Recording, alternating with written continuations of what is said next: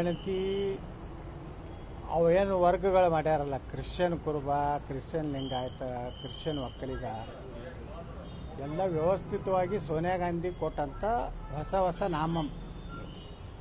ಇದು ಸೋನಿಯಾ ಗಾಂಧಿ ಇಡೀ ಭಾರತವನ್ನು ಕ್ರಿಶ್ಚಿಯನ್ ರಾಷ್ಟ್ರ ಮಾಡಬೇಕತ್ತಾರೆ, ಕೆಲವೊಂದು ಮಂದಿ ಮುಸ್ಲಿಂ ರಾಷ್ಟ್ರ ಮಾಡಬೇಕತ್ತಾರೆ. ಇದರ ಸಂಚಿನ ಹಿನ್ನೆಲೆಯಲ್ಲಿ ಇವತ್ತು ಏನು ಈ ರೀತಿಯ ಒಂದು ಜಾತಿ ವರ್ಗೀಕರಣ ಮಾಡ್ಯಾರ.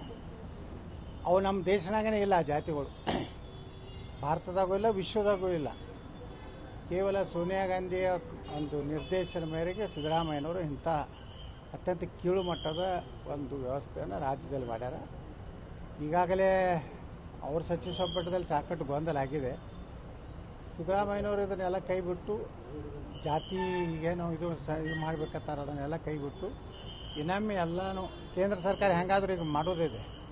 ಕೇಂದ್ರ ಸರ್ಕಾರಕ್ಕೆ ಅಧಿಕಾರ ಇದೆ, ಇವ್ರಿಗೆ ಅಧಿಕಾರ ಇಲ್ಲ. ಸುಮ್ಮನೆ ರಾಜ್ಯದ ಜನರನ್ನು ತಪ್ಪು ಹಾದಿಗೆ ಎಳಿಲಿಕ್ಕೆ ಇಲ್ಲಿ ಲಿಂಗಾಯತರು ಕಡಿಮೆ ಇದ್ದಾರೆ, ಒಕ್ಕಲಿಗರು ಕಡಿಮೆ ಇದ್ದಾರೆ, ಅದು ಅಲ್ಪಸಂಖ್ಯಾತ ಮುಸ್ಲಿಮರೇ ಹೆಚ್ಚಿದ್ದಾರೆ ತೋರಿಸ್ಲಿಕ್ಕೆ ಮಾಡಿದಂಥ ನಾಟಕ. ಸರ್, ಬಾಣ ಪುಸ್ತಕಗಳು ಸುಪ್ರೀಂ ಕೋರ್ಟಲ್ಲೂ ವಜಾ ಇತ್ತು ನೋಡಿ. ಇದು ಧಾರ್ಮಿಕ ಮನೋಭಾವನೆಗೆ ಸಂಬಂಧಪಟ್ಟಿತ್ತು. ಕೋರ್ಟಿಗೆ ಹೋಗಿದ್ದು ತಪ್ಪು, ಹೋಗಬಾರ್ದಾಗಿತ್ತು. ಕೋರ್ಟಿಗೆ ಅದಕ್ಕೆ ಹೋಗ್ಬೇಕು, ಕೋರ್ಟ್ನಾಗ ಪ್ರಶ್ನೆ ಮಾಡಬಾರ್ದಾಗಿತ್ತು, ಮಾಡ್ಯಾರ, ಅದು ತಪ್ಪು.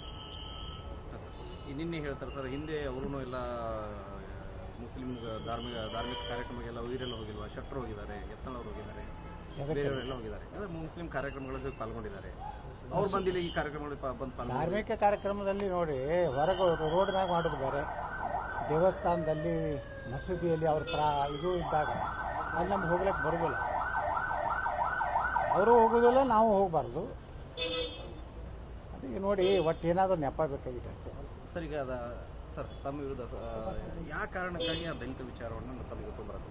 ಕೆಲವೊಂದು ಈ ಎಡಿಟರ್ ಮಾಡೋರು ಅದಾರಲ್ಲ ಕರ್ನಾಟಕದಲ್ಲಿ, ಪ್ರಿಯಾಂಕಾ ಖರ್ಗೆ, ನಮ್ಮ ವಿಜಯೇಂದ್ರ ಕೂಡಿ ಮಾಡ್ಯಾರ.